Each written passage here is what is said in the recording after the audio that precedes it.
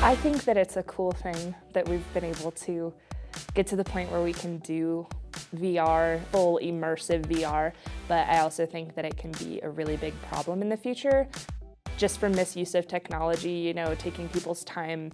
I mean, it's always going to be a benefit. I feel like with any technology, there's always a benefit when something evolves into something else, but I think that VR could very easily be overused. It's a way to think about putting yourself in another place that you can't be in real reality. So real reality has a physical space associated with it. Virtual reality can actually open up a lot of the options for that, where you might be in, you might have different amounts of dimensions, you may have different types of things you can't have in other reality.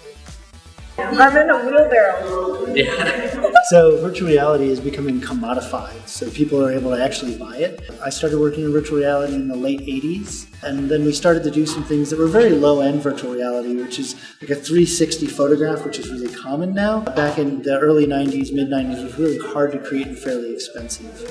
In our case, we've now started to work with consumer gear. The HTC Vive is available for anybody to buy, put on the headsets, and you can actually interact with things using the pucks inside it. It's amazing how quickly it's come that way.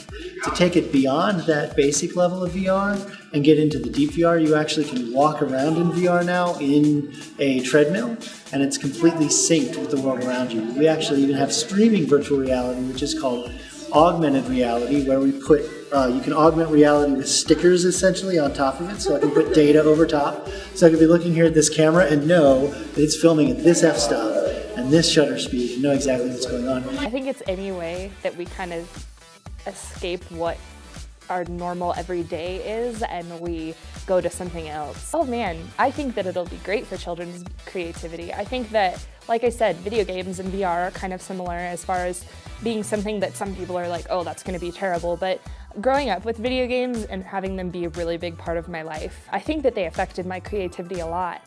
I remember relating stories that I found in video games and starting to like branch off my own new stories. And so I think that with a lot of the art applications and a lot of the interactive games and things that kids will be able to play on VR, I think that it'll do bounds for creativity. I think that they'll also have to start thinking in 3D space. So I think we'll have more creativity in the 3D world instead of just two-dimensional.